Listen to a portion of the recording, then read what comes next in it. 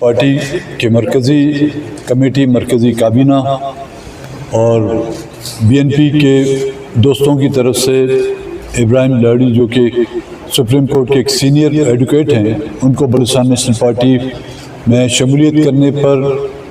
خوش آمدید بھی کہتا ہوں اور ان کو مبارکباد بھی پیش کرتا ہوں۔ اور ان حالات میں جہاں پر میں سمجھتا ہوں بلوچستان کی سیاست میں ہمیں پڑھے لکھے نوجوانوں کی ضرورت ہے، بلوچستان کے حالات جس طرف جا رہے ہیں اور بالخصوص بلوچستان نیشنل پارٹی کو جس طرف دھکیلا جا رہا ہے، ہمیں ایڈوکیٹوں کی، وکلاؤں کی بہت ضرورت ہے۔ اور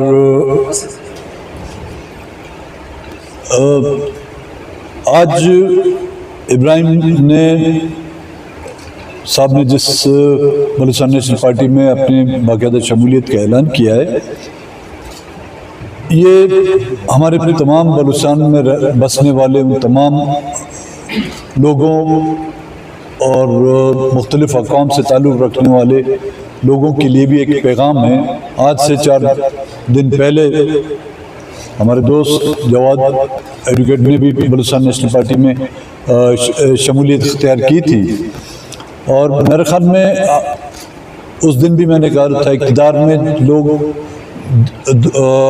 بڑی تیزی کے ساتھ پارٹی میں شمولیت اختیار کرتے ہیں،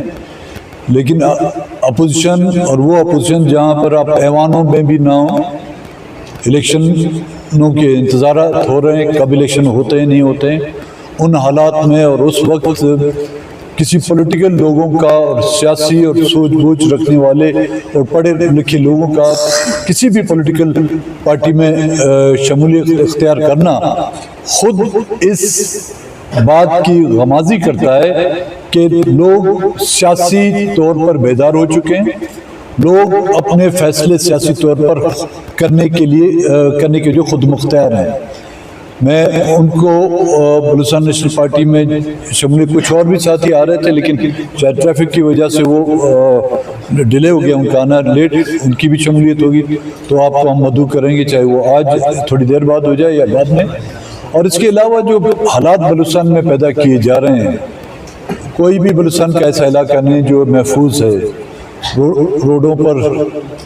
ڈکیتیاں ہیں، گھروں میں جو ہیں ڈکیتیاں ہیں، امن امان کا مسئلہ ہے۔ آج صبح وڈ میں ایک اسکول ٹیچر جاوید لیڈی کا جو ہے مین آر سی روڈ پر اس کو قتل کیا گیا، لیکن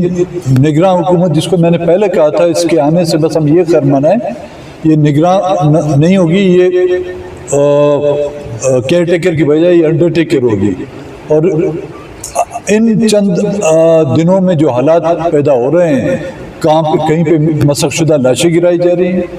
کہیں پہ لوگوں کو قتل کیا جا رہا ہے، تو اس بات کی یہ کا ثبوت ہے کہ یہ واقعتاً کیئر ٹیکر نہیں بلکہ انڈر ٹیکر حکومت ہے۔ تو میں آپ تمام صحافی حضرات کا، الیکٹرانک اور پریس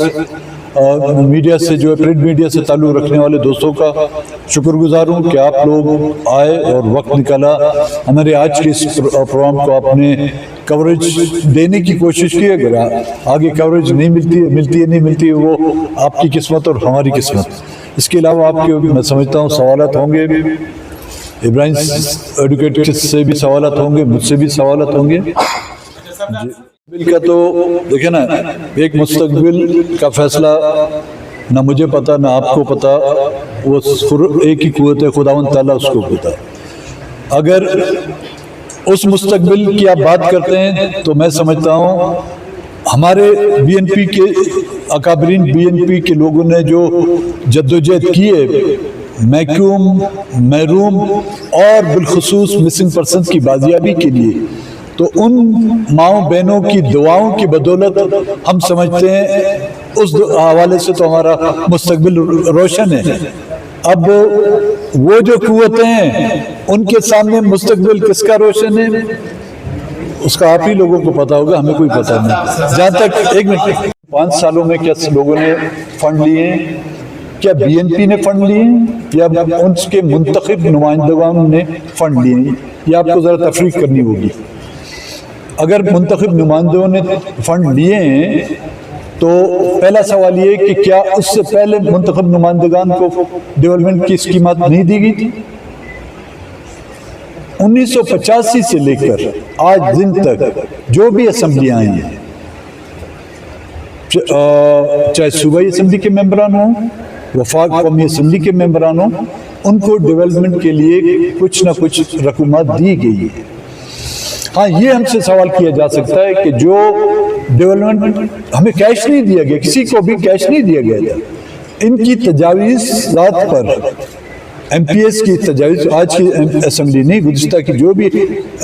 اسمبلیاں رہی ہیں، ان کی تجاویزات پر وہ اسکیمات پی ایس ڈی پی میں شامل کی گئی ہیں۔ منتخب نمائندوں کا تو یہ حق بنتا ہے، جو ایک طرح کا غلط ہے، کیونکہ کسی بھی دنیا کے کسی بھی کونے میں پارلیمانی طرز سیاست میں ممبران جو الیکٹ ہو کے آتے ہیں آپ کے اسمبلی میں، چاہے وہ نیشنل کے ہوں، پروونشل کے ہوں، سینٹ کے ہوں، ان کا کام یہ نہیں ہوتا کہ نالیاں بنائیں یا سڑکیں بنائیں یا لوگ، یہ بلدیہ کا کام ہوتا ہے۔